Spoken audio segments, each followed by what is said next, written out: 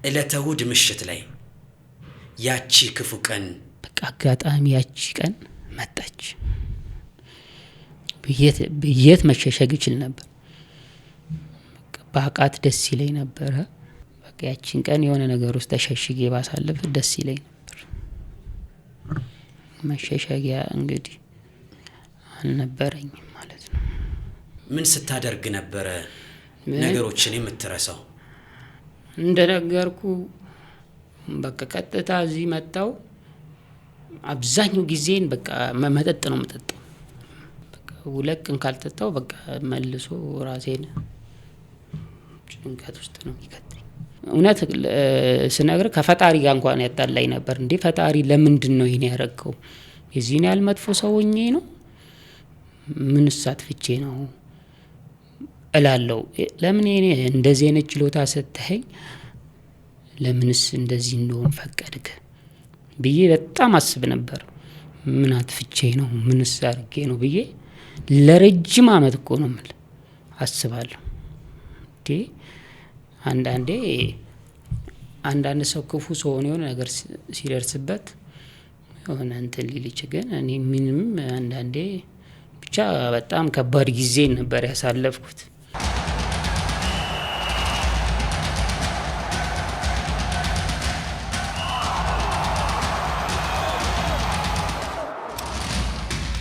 ጤና ይስጥልኝ ክቡራትና ክቡራን፣ በያላችሁበት እንደምን ቆይታችኋል? ይህ 7ኛ ፖድካስት ነው።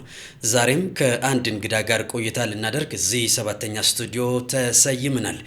የዛሬው እንግዳችን የአዳማው ኮከብ ያፈጣን ያኳሰኛ ተጫዋች ታከለ አለማየሁ ጥሪያችንን አክብሮ ከአዳማ ድረስ እዚህ 7ኛ ስቱዲዮ ተገኝቷል። ታኬን አዳማውያን እንደ ባንዲራቸው ነው የሚመለከቱት። ታኬን የአዳማ ህጻናት እሱን መሆን ፈልገው ነው ያደጉት። ከታኬ ጋር በርካታ ጉዳዮችን እያነሳን ቆይታ እናደርጋለን። ከቤት የተቀዱ ሀሳቦችን፣ እግር ኳስ ሀሳቦችን እያነሳን ነው ቆይታ የምናደርገው። ይህንን ፕሮግራማችንን ሰብስክራይብ፣ ላይክ እያደረጋችሁ ቆይታችን እንድትጀምሩ በታላቅ አክብሮት ጠይቃለሁ። ታኪያችን እንኳን ደህና መጣ። እንኳን ደህና ቆየኝ ሱራዬ። ሁሉ ሰላም? ሁሉ ሰላም። ጥሬን አክብረህ ከአዳማ ድረስ እዚህ 7ኛ ስቱዲዮ ስለተገኘ የእውነት ከልብ አድርጌ አመሰግናለሁ። እኔም ፕሮግራማችሁ ላይ እንግዳ አድርጋችሁ ስለጋበዛችሁኝ በጣም አመሰግናለሁ። 7ኛ ፖድካስት እንዴት ነው ትከታተለዋለህ?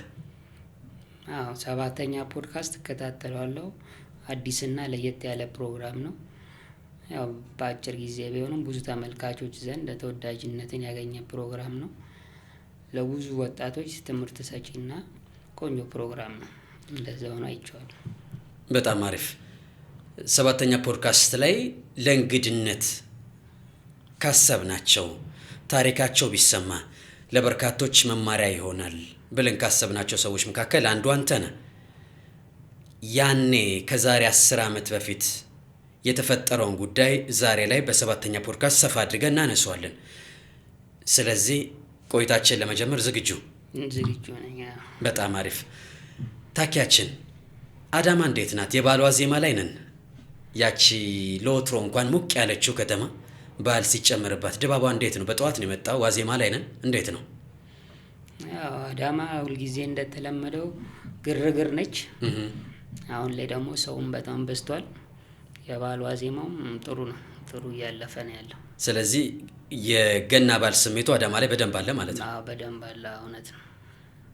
በጣም አሪፍ። እስኪ ወደ ኋላ መለስ ስንበል በአንተ ጊዜ የነበሩት በደንብ ታከለ አለማየሁን አዳማ ላይ መላ ኢትዮጵያ ላይ ያለ ኳስ ተመልካች በደንብ አጣጥመዋል፣ በደንብ ያውቃል።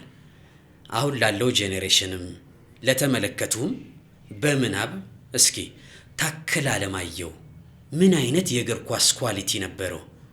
ያው እኔ በብዙ ጊዜ ስለ ራሴ እንደዚህ ብዬ ማውራት በእንትን ቢለኝም በችሎታው ጥሩ ችሎታ አላቸው ኢትዮጵያ ውስጥ ከሚባሉ ተጫዋቾች ውስጥ አንዱ ነኝ ብዬ አስባለሁ። ያው እንዳልከውም ጥሩ ነገር እያረኩ ነበረ። ያው እንግዲህ ፈጣሪ የፈቀደው ነው መቼም በህይወት ስትኖር የሚሆነውና ጥሩ ችሎታ አላቸው ከሚባሉ ተጫዋቾች ውስጥ አንዱ እንደሆንኩኝ ምንም ጥርጥር የለኝም። ምን አይነት ኳሊቲ ነበረ? ፍጥነቱ፣ ኳሰኛ መሆኑ? እስቲ እንደ በእግር ኳስ ቋንቋ በተወሰነ መልኩ እንግለጸው እስኪ። ያው የራሴን ችሎታ ስነግርህ ፈጣንም ነኝ፣ ድሪል በለር ነኝ፣ ተጫዋቾችን በቀላሉ ማለፍ ከሚችሉ ተጫዋቾች ውስጥ አንዱ ነኝ፣ አሲስት አርጊ ነኝ። እውነት ለመናገር በቃ ብዙ መስመር ተጫዋች ማሟላት ያለባት ነገር አብዛኛውን ያሟላው ተጫዋች ነኝ ብዬ አስባለሁ። በነገር ላይ የትውልድ መንደር አዳማ የመጣሁት የእናንተ ቡድን ለማየት ነው። ለመጀመሪያ ጊዜ የመጣሁት የቅርብ ወዳጃችን የኔም ያንተም ዮናታን ከበደ ጋብዞኝ አዳማ ድረስ መጥቻለሁ። ዮኒ ድንቅ የነበረበት ዘመን፣ አንተ ደግሞ ስለ አንተ ችሎታ መላው አዳማ በሚነጋገርበት ጊዜ ነበር የመጣሁት። ያን ጊዜ ታስታውሰዋለህ? የደጋፊው ስሜት፣ የህዝቡ ፍቅር፣ የቡድናችሁ ስብስብ። እስኪ በትዝታ ወደ ኋላ መለስ ብለህ አስታውሰኝ። አዳማ ከነማ በእኛ በነበርንበት ጊዜ ጥሩን ጊዜ ያሳለፈበት ጊዜ ነው። አሁን በአዳማ ታሪክ ጥሩ ጊዜ ያሳለፈ የሚባልባቸው ጊዜዎች እኛ ያሳለፍንበት ጊዜ አንዱ ነው። 2 ዓመት 3 ዓመት ተከታታይ በጣም ጥሩ ሲዝኖችን አሳልፈናል። የነበረው የቲሙ የስኳዳችን የተጫዋቾች ጥራት በጣም ከፍተኛ ነበር። በጊዜው ጥሩ ተጫዋቾች ክለባችን ውስጥ ነበሩ። እንደ ቡድን ህብረታችን ጥሩ ነበር፣ አንድ ነበርን እና ከአዳማ ደጋፊ ውስጥ መቼም የማይጠፋ ጊዜ አሳልፈናል ብዬ አስባለሁ። የአዳማ ከነማ ደጋፊ ታከለ አለማየሁን የሚወደውን ልክ ታስታውሰዋለህ? በምን ልክ እንደሚወድ ህዝቡ የነበረውን ፍቅር አሁን ላይ ወደ ኋላ መለስ ስታስታውሰው እስኪ ስሜቱ እንዴት ነበረ? የአዳማ ደጋፊዎች በጣም ለእኔ ትልቅ ፍቅርና ልዩ ክብር አላቸው። ያው የከተማዋ ተወላጅ እንደመሆኔ መጠን ነገሮችን ከኔ ማግኘት የጀመሩ በልጅነቴ ነው። ገብቷል። በልጅነቴ ጥሩ ነገሮችን ከዋናው ቲም እንዳደግኩ ጀምሮ ከቲሙ ጋር ቶሎ ለመቀላቀል አልከበደኝም ነበር እና በእያንዳንዱ በማደርገው እንቅስቃሴዎች ውስጥ እነሱ በጣም ይደግፉኝ ነበረ። ደጋፊው ስቴዲየም ላይ ይዘመር ነበረ? አዎ፣ ስቴዲየም በጣም ይዘመራል። ከስቴዲየም ውጪ ያላቸው አክብሮት የተለየ ነው፣ ከኔ አልፎ ለቤተሰብ ጭምር እና ጥሩ ጊዜ ከደጋፊዎች ጋር አሳልፈናል ብዬ አስባለሁ። ታኬ፣ በዋና ቡድን ደረጃ ለስንት ዓመት ተጫወትክ በአዳማ ከነማ ማሊያ? በዋና ቡድን ደረጃ ለ5 ዓመት ተጫውቻለሁ። 5 ዓመት ከ2004 እስከ 2008 ከ2004 እስከ 2008 እስከ 2008 የመጨረሻውን ጨዋታ ታስታውሳለህ? ይሄ ጉዳይ ዋናውን የምናነሳውን ጉዳይ ከማንሳታችን በፊት ከመፈጠሩ በፊት ለመጨረሻ ጊዜ የተጫወትከውን ጨዋታ ሜዳ ላይ? ለመጨረሻ ጊዜ የተጫወትኩት ጨዋታ ከቅዱስ ጊዮርጊስ ጥሎ ማለፍ ጨዋታ ለዋንጫ ለመቅረብ የነበረው ጨዋታ አዳማ ላይ በፔናልቲ እነሱ ያሸነፉን ጨዋታ እሱ ነው። በጣም አሪፍ። ወደ ዋናው ጉዳይ ልንገባ ነው። 7ኛ ፖድካስት ላይ 2 ሀሳቦች ይነሳሉ። እግር ኳሳዊ ሀሳቦች፣ እንደዚህም ደግሞ ከህይወት የተቀዱ ሀሳቦች። ቀደም ሲል እንደነገርኩ ነው እዚህ ፖድካስት ላይ እንድሰራው ከምፈልገው እንግዳይ እንዲሆን በጣም ከጓጓሏቸው ሰዎች መካከል አንደኛው ያንተ እንግድነት ነው። ያንተ ታሪክ መጽሐፍ ነው። ያንተ ታሪክ ብዙ ያስተምራል። ኮከብ ተጫዋች ነህ፣ ጀግና ተጫዋች ነህ፣ ፈጣን ነህ፣ ኳሰኛ ነህ።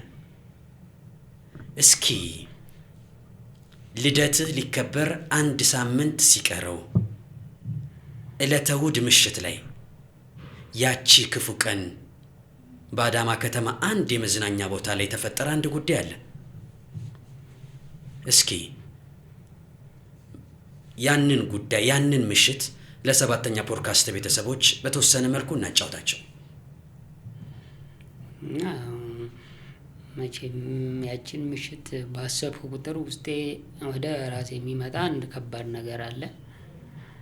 አንድ ምሽት የህይወትን ምዕራፍ ወደ ሌላ አቅጣጫ የሚቀይርበት ሰከንዶች በጣም ህይወትን ወዳልተፈለገ ነገር የሚቀይሩበት ነገሮች ይፈጠራሉ።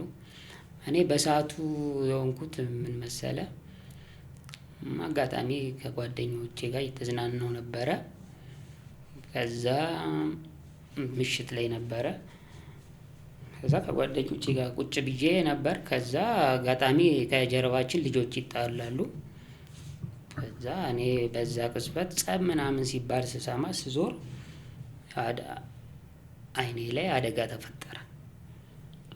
የቢራ ጠርሙስ ነው ወይስ ምን እንደሆነ ማለት አላየሁትም። ገብቷል። እንዲህ ቁጭ ጀርባ ሰጥቻለሁና ጸብ ሲባል ለማየት እንደዚህ ዞር ስትል ያ ነገር ምን እንደመታኝ ማላውቀው ነገር አይኔ ላይ መጥቶ አረፈ። ከዛ ምንም በሰዓቱ ምንም አልነበረኝ፣ ምንም አልመሰለኝም ነበር። ገብቷል። እንዲህ ከባድም አልመሰለኝ። ደም መፍሰስ ነበር። ከዛ ደም ፈሰሰ። ከዛ ልጆች ጓደኞቼ ምናምን ነበሩ፣ ምንድነው ምናምን ብለው ሲያዩ ደም እየፈሰሰ፣ ከዛ በፍጥነት ወደ ሐኪም ቤት ሄድ ነው። ከዛ ሐኪም ቤት ስንሄድ በጣም እንዴ ይሄ ነገር እኮ ከባድ ነው ምናምን አሉ ሲሉን፣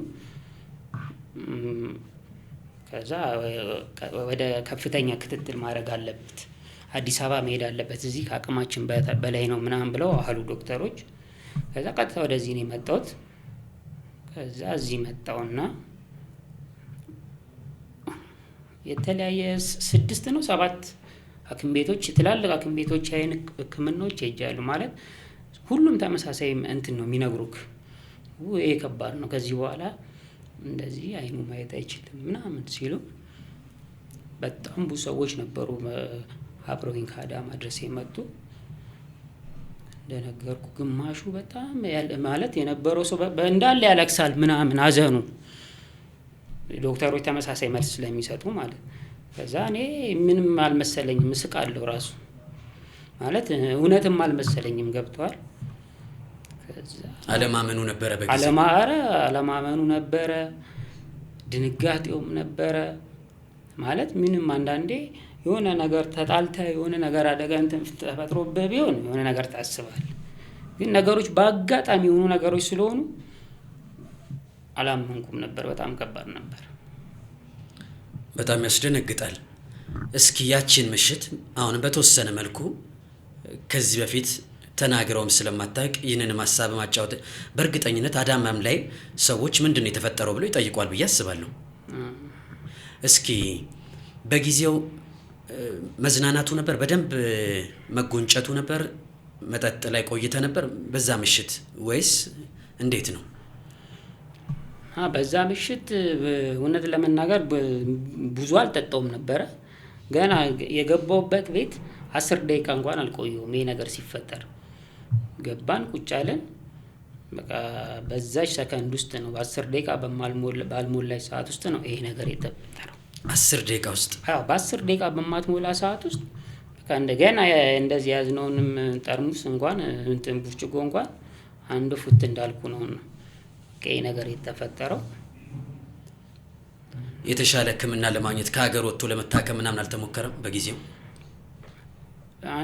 በሰዓቱ ከሀገር ወጥቼ መታከም ነበረብኝ። ማለት እዚህ የነበሩት ሐኪሞች ምን አሉ መሰለ፣ ቶሎ ሕክምናውን ካላረገ ይሄኛውን አይኑ ማየት አይችልም አሉኝ። ሁለተኛውን ማለት ቶሎ ኦፕራሲዮን መደረግ አለበት፣ ቶሎ መፈረማ፣ ውጪ እንኳን በሄድ ምንም የሚያመጣው ነገር የለም ምናምን አሉ። ከዛ ቶሎ በቃ ማለት 7 ሕክምና ቦታ ስትሄድ ተመሳሳይ መልስ ከሰጡክ ያለ አማራጭ እንደዛ ነው። ግን ውጪ ሄጄ ታክሜያለሁ በወሩ ማለት። ውጪ ሄጄ ስታከም እዛ ያሉት ሐኪሞች መጀመሪያ ለምን እዚህ አልመጣህም ነው ያሉኝ። እዚህ መጀመሪያ ሕክምናው ልክ አይደለም፣ እዛ ሕክምና ሰርጀሪ ያደረጉ ሰዎች በጣም ብዙ ነገር አበላሽተዋል፣ ቶሎ መምጣት ነበረብህ ነው ወደዚህ ብለው ያሉኝ። ታይላንድ ነበር የሄድኩት፣ ባንኮክ። እና በሰዓቱ ቶሎ ወደ ውጪ ሄጄ መታከም ነበረብኝ ብዬ አስባለሁ። ስለዚህ ታኪያችን ምናልባት ወደ አዲስ አበባ ከመምጣት ይልቅ ቀጥታ ወደ ታይላንድ ባንኮክ ብትሄድ ኖሮ የተሻለ ሕክምና ቢገኝ ኖሮ አሁን ባለበት ሁኔታ ላትሆን ትችላለህ ማለት ነው? እነሱ እንዳሉት? አዎ ዶክተሮቹ እንዳሉት እዚህ ምን መሰል ያደረጉት ህክምናውን ቶሎ ህክምና ማድረግ አለብህ ያለበለዚያ ይሄኛውም አያይም አሉኝ። በሰዓቱ ደግሞ በጣም ይሄኛውም ህመም ነበረው። እውነት ለመናገር ይሄኛውም ሰዎችን ለማየት በጣም ያስቸግረኝ ነበር። ግን ህክምናውን ሲያደርጉ እዚህ ሙሉ ለሙሉ ነው እንትን ያሉት። ቀዶ ጥገና ሲያደርጉ ሙሉ ለሙሉ ነው ሰርጀሪ ሲያደርጉ ያወጡት። እዛ ደግሞ ዶክተሮች ያሉኝ መጀመሪያ እዚህ ቀድመህ ብትመጣ ነበረ ብዙ ነገሮች ይስተካከሉልህ ነበር ብለውኛል እዛ እንትኖቹ ታይላንዶቹ። እና እንዴት ነው የወደፊትስ ተስፋ ምናምን? አሁን ባለው የህክምና ደረጃ እዚህ ድረስ እስካሁን ባለው የህክምና ደረጃ እዚህ ድረስ ባለው በአሁን ሰዓት ነገሮችን ማስተካከል ከባድ ነው። ምናልባት ወደፊት የሚፈጠረው አይታወቅም ምናምን አሉኝ እዛ ያሉት ዶክተሮች ማለት። በጣም ያሳዝናል። በጊዜው ያው የአምላክ ፍቃድ ነው፣ የእግዚአብሔር ፍቃድ ነው። ሁሉ ነገር እዚህ ምድር ላይ በሱ ፍቃድ ነው የሚደረገው። እስኪ ከዛ በኋላ ያለውን ነገር በተወሰነ መልኩ እናንሳው። ነገሮች ተፈጠሩ። ነገሮች ከሆኑ በኋላ የተፈጠረውን ነገር አምኖ ለመቀበል ምን ያህል ጊዜ ፈጀብህ? ወጣት ነህ፣ ተስፋ ያለ ተጫዋች ነህ። በጊዜው በጣም ከሚጠበቁ ተጫዋቾች መካከል አንዱ አንተ ነበርክ። የተፈጠረውን ነገር አምኖ ለመቀበል ምን ያህል ጊዜ ፈጀብህ? ከባዱ ነገር የተጀመረው ከዚህ በኋላ ነው። እንደነገርኩ ህክምና እንደመጣው ህክምና በንጋታው እዚህ 7 ቦታ ነው እንዳልኩ እንትን የታየሁት። 7ቱም ተመላላሽ ተመሳሳይ መልስ ሲሰጡ ሰዎች በጣም አዝነው ጓደኞቼ፣ ቤተሰብ ያለቅሱ ነበር እና እኔ አላመንኩም ነበር ይሄ ነገር መፈጠሩን። ውሸት ነው የሚመስለኝ የነበረው። ከዛ ቀጥታ ኑሮዬን ያረኩት እዚሁ አዲስ አበባ ሆነ። ግፋቢል 2 አመት ምናምን ድረስ 2 አመት 3 አመት ድረስ ነገሮችን ተቀብዬ መኖር እንትኔ በጣም ከባድ ነበር። ጠዋት ተነስቼ ከእንቅልፌ ስነቃ በቃ ምንም ውስጥ የሚሰማኝ ምናምን ስለሌለ በቃ ነገሮች የተፈጠሩ እንኳን አይመስሉኝም ነበር። ውሸት ነበር የሚመስለኝና በጣም ከባድ ጊዜዎችን ማሳለፍ የጀመርኩት ከዛ በኋላ። ለምን ምን አስባለሁ መሰለህ አንዳንዴ የነበረኝን የችሎታ ሳስበው የነበረኝን አቅም እንደነገርኩ በጥረት የመጣ ከፈጣሪ ያገኘው ችሎታ ነበር ብዬ ነው ማስበው። ሰዎችም ከሚሰጡኝ አስተያየት አንፃር ብዙ ነገሮች በቃ ጥሩ እንደሆነና የነበረኝን አቅም ብዙ ሰዎች ተቀብለውት ያን ነገር እንዳሻሽል ነበር ሲደግፉኝ የነበሩት። እና ይሄ ነገር እውነት ስነግር ከፈጣሪ ጋር እንኳን ያጣላኝ ነበር። እንዴ ፈጣሪ ለምንድን ነው ይሄን ያደረገው? የዚህን ያህል መጥፎ ሰው ሆኜ ነው? ምንስ አጥፍቼ ነው እላለሁ። ለምን እኔ እንደዚህ አይነት ችሎታ ሰጥተኸኝ ለምንስ እንደዚህ እንደሆን ፈቀድክ ብዬ በጣም አስብ ነበር። ምን አጥፍቼ ነው? ምንስ አድርጌ ነው ብዬ ለረጅም አመት እኮ ነው የምልህ አስባለሁ። አንዳንድ ሰው ክፉ ሰው የሆነ ነገር ሲደርስበት የሆነ እንትን ሊልች፣ ግን እኔ ምንም አንዳንዴ ብቻ በጣም ከባድ ጊዜ ነበር ያሳለፍኩት። እንደነገርኩ በቃ ቀጥታ ምን ፈለኩ? አዲስ ህይወት መኖር ነው የፈለኩት። እዚህማ ብዙም ማላቃቸው ቦታ መጥቼ ነው ያረፍኩት። እዛ አዳማ ነው እንዳለ ህይወቴን የኖርኩት። አዲስ አበባ ሰውም አላቅም ነበር። ቀጥታ አዲስ ቦታ ነው መጥቼ ያረፍኩት። ከዛ እንትን ውስጥ ለመውጣት ለማገገም እንደነገርኩ 2 አመት 3 አመት ፈይቶብኛል። እዚህ መጥቼ የተቀበሉኝ ጓደኞቼ በሰዓቱ መልካምና ጥሩ ሰዎች በመሆናቸው ምክንያት ከዛ ነገር እንዳገግምና እንደወጣ ረድተውኛል ብዬ አስባለሁ። ራስን አለመቀበል፣ የተፈጠረውን ነገር ለመርሳት መሞከር፣ ቀደም ሲል እንዳልከው ከአምላክ ጋር አንዳንዴ እስከ መጣላት የደረሰው ህመም፣ ያ የስቃይ ያ ከራስ ጋር የነበረው የትግል አመት መጽናኛው ምን ነበረ? አንዳንዴ እንኳን የሚያጽናና ነገር ምን ነበረ? ምን ስታደርግ ነበረ ነገሮችን የምትረሳው? እንደነገርኩ በቃ ቀጥታ እዚህ መጣው አብዛኛው ጊዜን በቃ መጠጥ ነው የምጠጣው። ትጠጣ ነበር? ቀን በቀን ማለት ትችላለህ እጠጣለሁ። በቃ መዝናናት ነው መጠጣት ነው። በቃ 2 ቀን ካልጠጣው በቃ መልሶ ራሴን ጭንቀት ውስጥ ነው የሚከተኝ እና እንደነገርኩ በቃ የተሻለ ህይወት ሳይሆን የኖርኩት በቃ ራስን መርሳት ውስጥ ነው የገባሁት። እና እውነት ለጓደኞቼም በቃ ይሄን ነገር እንድቀበለው ምንም ማድረግ እንደማይቻል ፈጣሪ በህይወት ራሱ አንተ ማትረፉ ራሱ ትልቅ ነገር ነው ለበጎ ነው እስኪሉኝ ድረስ ከጎኔም አልተለዩኝም። በነገሮች በሀሳብም በነገሮችም ሲደግፉኝ ነበረ እና ከዛ ህይወት ወጥቼ ጭራሽ በቃ ወደ አልፈለኩት ነገር ውስጥ እንድገባ ነው የሆነው። የተፈጠረው ነገር መደበቂያን ብርጭቆ ቢያስደርግብህ እንደ ወጣት እንደ ወንድ ልጅ ያን ያህል ፈራጅ አያስደርግም ብዬ አምናለሁ። ምክንያቱም እንኳን እግር ኳስ ውስጥ ያለ ከእግር ኳስ ውጭ ያለ እንኳን የአዳማ ልጅ ታከለ አለማየሁ የሚለው ነገር በደንብ ያውቀዋል።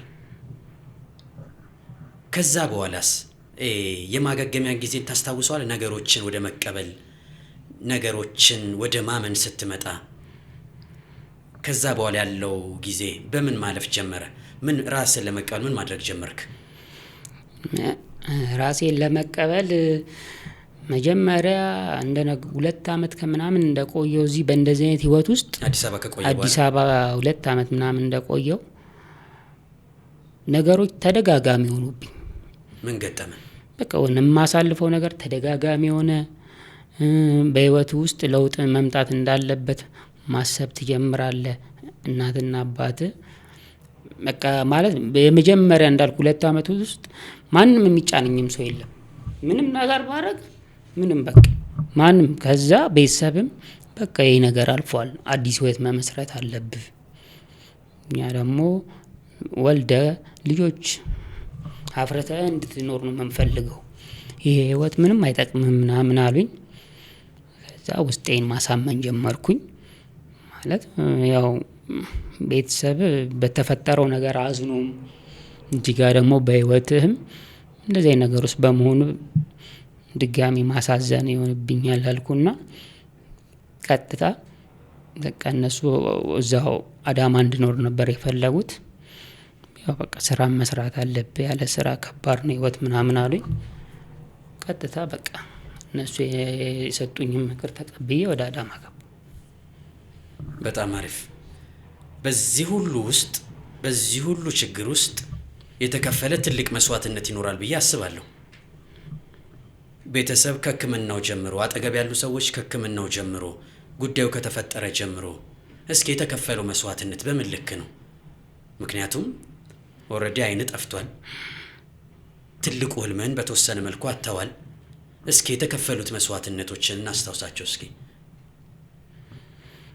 ያው ከማንም በላይ መስዋዕትነቱን የሚከፍለው ቤተሰብ ነው። ቤተሰብ እኔ እንዳይከፋኝ ያላረጉት ጥረት የለም በህይወቴ ውስጥ ገብቷል። በቃ ምንም በቃ እንደዚህ ከዚህ ነገር ውስጥ እንደወጣ ብዙ ነገር ነው በቃ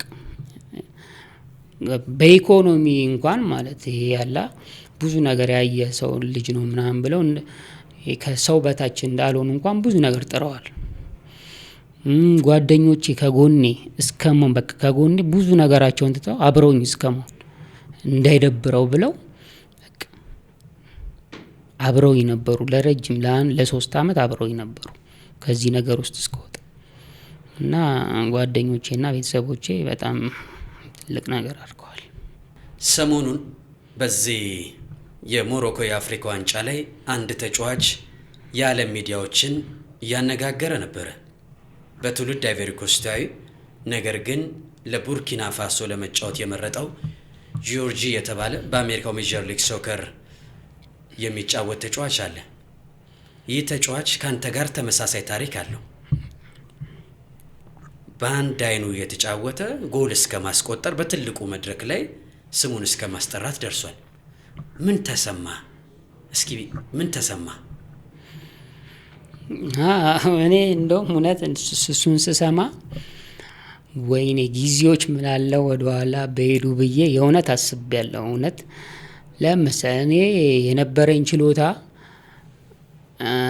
የተፈጥሮ ጊፍት ነበር። በሰዓቱ ደግሞ ይሄ ነገር ሲፈጠር ህጉ ራሱ እንደዚህ አይነት ነገር ገብቷል እንደማይ እኔ እውቀቱ ባይኖረኝም የሚሰራ አልመሰለኝም በአንድ አይን እንደዚህ መጫወት ምናምን ይችላል።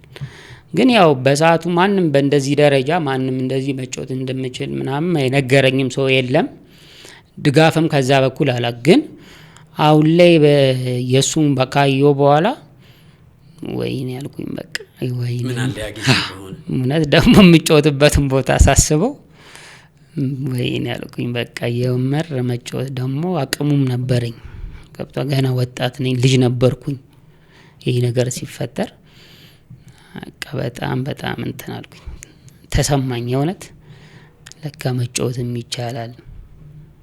በጊዜው አጠገብ ሆኖ መጫወት እኮ ይቻላል፣ ራስን ካበረታ ራስን ካጠነከርክ መጫወት ይቻላል የሚል ሰው ቢኖር ኖሮ ምናልባት ሌላ ታከለ ልንመለከት ይችላል። በጣም እንደውም በብዙ ነገር ራስን አሻሽለ እንትን ልትል ትችላል፣ ጠንክረም ልሰራ እንድትችል ያደረገ ነበረ። በጣም ታኬ ያኔ አሁንም ለሰባተኛ ፖድካስት ቤተሰቦች ነው ስላንተ ለማስረዳት መሞክረው። አዳማውያን በደንብ ያውቁታል ያንተን ስም ያንተን ዝና። ሳር ቅጠሉ ሳይቀር ነው ታከለ ሲል የነበረው። አይን ውስጥ ሁላ ገብተ ነበረ። እስኪ በዛ ጊዜ የነበረውን የህይወት ልምምድህን እናንሳ። ወጣት ነበርክ፣ ገና የጅማሬ ህይወት ላይ ነህ። መጠጥ ላይ ምናምን የነበረ ልምምድ እንዴት ነበረ? ትጠጣ ነበር? ትዝናና ነበር? እስኪ እባክህ። ምን መሰለ ያኔ የነበርነው ቡድን እንደ ቡድን ብዙ ነገራችን አሁን ላለንበት ህይወት ዋጋ እንድንከፍል አድርጎናል። የአዳማው ስብስብ የአዳማው የነበረው ስብስብ በቃ ኦልሞስት 90% ምንሆን ተጫዋቾች በእንጠጣ ነበር። ተመሳሳይ ባህሪ ነው ያለን፣ ተመሳሳይ ውሎ ነው የምናደርገው። በቃ የዋነቱ ነበረ፣ ውጤቱ ነበረ፣ ቲሙ ላይ ገንዘቡን ማግኘቱ ነበረ። በጣም ነበር እንትን የምንለው። ያው ሁሌም ይዝናናል የምባል ሰው ባልሆንም ከጌም በኋላ ምናምን እንዝናና ነበር። መጠጡ ምናምን ብቻ ነው ወይስ ሌላም ነገር ነበር? መጠጥ ብቻ ነበር። መጠጥ ብቻ ከጌም በኋላ እንዝናና ነበር። ያው ከተማዋም ያው ሰዎች ያቆሃል ያንዳንዱ የምታረገው እንቅስቃሴ ከሰዎች እንትን የተደበቀ አልነበረም። የአዳማ ልጅ ነህ፣ ወጣት ነህ፣ ገንዘቡ አለ፣ ዝናው አለ። ስለዚህ በደንብ ነበር የምትዝናናው ማለት ነው። ዝናና ነበር። ያኔ የነበረውን እኔ እንኳን አዳማ ድረስ መጥቼ የተመለከትኩት ስብስብ ሜዳ ላይ የሚያሳመን ቡድን ነበረ። ቀደም ሲል እንደነገርከን ደግሞ አብዛኛው የሚዝናና አይነት ነበር። እስኪ ያንን ስብስብ እናስታውሰው። እነማን ነበራችሁ በተወሰነ መልኩ እዛ ቲም ውስጥ? እነ በረከት አዲሱ፣ እነ ሱሌማን መሐመድ፣ እነ ምንተስኖ ከበደ፣ እነ ተስፋዬ ነጋሽ፣ እነ ዮናታን ብዙ ናቸው። ብቻ ያልጠሯቸውም ቢኖሩ ብዙ አፍሪካ ማለት ነፍሱን ይማረውና ሞገስ ነበር፣ ታደሰ አሉ። ብዙ ልጆች ነበሩ ቲም ውስጥ። ስለዚህ አብዛኛው ሜዳም ላይ በደንብ ይሰራል፣ ከሜዳ ውጪም በደንብ ተፍታ ይላል ማለት ነው። ሜዳ ውስጥ ስንገባ በቃ ነገርኩ ውጤታማ ነበርን። ሁለት የነበረን የእርስ በርስ ግንኙነት እንትን ነበር፣ ጥብቅ ነበር እና ሁሉም ባልልህም አብዛኞቻችን እንደዚህ ያው እንትን ነበር። በጊዜው አዳማ ቤት ከፍተኛ ተከፋይ ከነበሩ ተጫዋቾች መካከል አንዱ አንተ ነህ። ምን ያህል ነበር የሚከፈልህ ያ ጊዜ? ኦልሞስት 10 አመት ሊሞላው ነው። እንደዛም ተብሎ ሚዲያ ላይም ተነግሯል። በሰዓቱ 66,000 ብር ምናምን ነበር ደሞዜ የተጣራ የተጣራ 40 ምናምን 44 ሺህ ብር ነው 45 ሺህ ብር ምናምን ይደርሰኝ ነበር። ቡድን ውስጥ ከፍተኛው ስንት ነበረ በክፍያ ደረጃ? አሁን ካልከው ጋር ተመሳሳይ ነው። አብዛኞቹ ያው ትንሽ እንትን ቢሉ ተመሳሳይ ነበሩ። የፊርማ ስንት ነበረ በጊዜው? እኔ እውነት ለመናገር በኳሱ ምንም የተጠቀምኩት ነገር የለም። እንዳልከውም የተጫወቅኩት ጥቂት አመት ነው። ልክ እኔ የፊርማ ነው ከዛ በፊት የፊርማ ነበር። ልክ እኔ ሶስት በደሞዝ ነበር ሲጫወት የነበረው። እንዳልኩ ከፈረምኩኝ በአመቱ ነው የተጎዳሁት ይሄ ነገር የተከሰተው። በእግር ኳስ እንደዚህ ተጠቅሜያለሁ ምናምን የሚያስብል እንትን አልነበረኝም። በፈረምክ በአመቱ ልደትን ልታከብር አንድ ሳምንት ሲቀረው የጉዳይ የተፈጠረው? አዎ እንደዛ ነው። በጊዜው የሀገራችን ትላልቅ ቡድኖች ያንተን ፊርማ ለማግኘት ጉጉትም ነበራቸው። እስኪ የትኞቹ ቡድኖች ነበር የሚፈልጉ? አዎ እንደዚህ እኔ ከደጋፊዎች አሁን ከቡና ከጊዮርጊስ ደጋፊዎች ጥሩ ተቀባይነት ነበረኝ። እውነት ለመናገር የቡናና ጊዮርጊስ ደጋፊዎች ትልቅ ምስጋና አቀርባለሁ።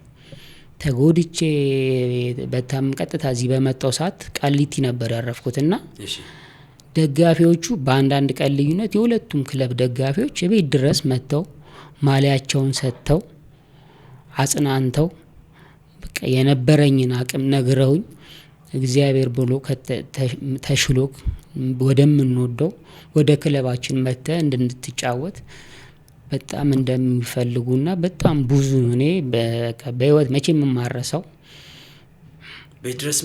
ቤት ድረስ መጥተው ሊያጽናኑኝ በቃ ከኔ አልፎ ቤተሰብ ምን ያህል እንደተደሰተበት ጊዜ እንደነበረ ያ ጊዜ በጣም እንትን ነበር። በጣም ያስገርማል። አስበው የነበረን ስም የነበረን ዝና የነበረን አቅም እነሱስ መመልከት ይቻላል ብዬ አስባለሁ። በጣም ከዛ አልፎ ሜዳ ላይ ከነሱ ጋር በምንጫወት ሰዓት የሚሰጡኝ አክብሮትና ድጋፍ የተለየ ነበር። እውነት ለመናገር ከሁለቱም ክለብ ደጋፊዎች በጣም ጥሩ አሁን ላይ ምስጋናዬን ራሱ ማቅረብ ፈልጋለሁ። በጣም ደስ ይላል። እግር ኳስ እንደዚህ ሰላም በቃ በዚህ ልክ የባላጋራን ተጫዋች በክፉ ጊዜው ዝቅ ባለ ጊዜ አለን ለማለት ከዚህ በላይ እግር ኳስን የሚገልጸው ስሜት አለ ብዬ አላስብም። ታኬ እግር ኳሳዊ ህልም ግን ምን ነበረ? ይሄ ነገር ከመፈጠሩ በፊት ምን ነበረ ህልም? በእግር ኳስ እዚህ ደረጃ ደርሳለሁ፣ እግር ኳስን በዚህ ልክ እጠቀምበታለሁ፣ እግር ኳስን በዚህ ልክ እመነዝረዋለሁ የሚለው እግር ኳሳዊ ህልምህ ግን ምን ነበረ? እስኪ ምን አለ መሰለህ እኔ ነገሮችን በቀላሉ ነበር ማግኘት የጀመርኩት እና ከብዙ ሰዎች የሚሰጠኝ አስተያየት በጣም ጥሩ ነበር። በጣም ከራሴ ደጋፊ አልፎ በሌላ ክለብ ደጋፊዎች የሚሰጠኝ ከዛ አልፎ አብሮኝ ከሚጫወቱ ተጫዋቾች የሚሰጠኝ ድጋፍ ምን ያህል ያለኝን ችሎታ እንዳቀው ረድተውኛል። ገብቷል?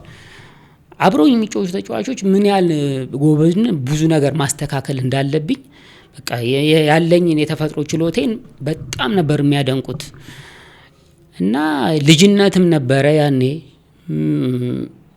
ነፃነትን ይሄን ማጣትም አልፈልግም ነበረ። ግን ምን ተፈጠረ? ከብዙ ሰው አቅጣጫ ነገሮች አሁን እንደዚህ ለምን ትዝናናለህ ታኬን የመሰለ ችሎታ ይዘህ እንዳይበላሽብምና ብዙ ሰዎች በጣም አስተያየት ሲሰጡኝ ነገሮችን ለማስተካከል ቆርጬ ተነስቼ ነበር። እውነት በጣም ነገሩ ማለት በቃ በዚህ ደረጃ ሰዎች እንደዚህ ያለኝ ችሎታ አብሮኝ የሚጫወቱ ከነገሩኝ ለምን አላሻሽልም? ለማሻሻል ደግሞ ያለብኝን እንደ ቅድም እንደነገርኩ አዋውል ነገር መተው ነው። ከሜዳው መተው አለብኝ። በቃ ቤተሰብም በቃ ለምን እንደዚህ እንሰማለን ተው ምናምን ሲሉኝ በቃ ለመተው እውነት ለመናገር ቆርጬ ነበር።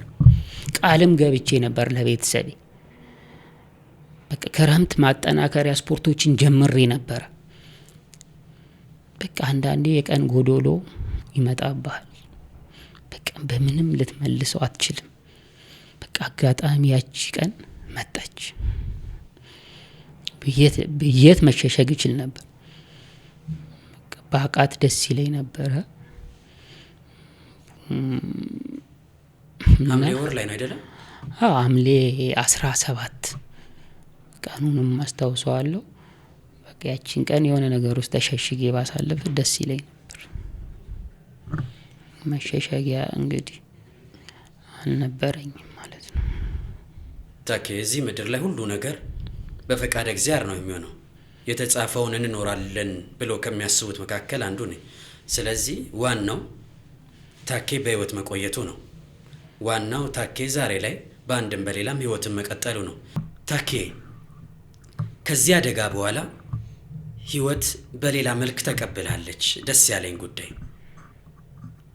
ሴት ልጅ በዝቅታ ጊዜ፣ ሴት ልጅ በማጣት ወራት፣ ሴት ልጅ አንገት በደፋ ጊዜ ወደ ህይወት ከመጣች በእርግጥም ያቺ ሴት የተባረከች ናት ብዬ አምናለሁ።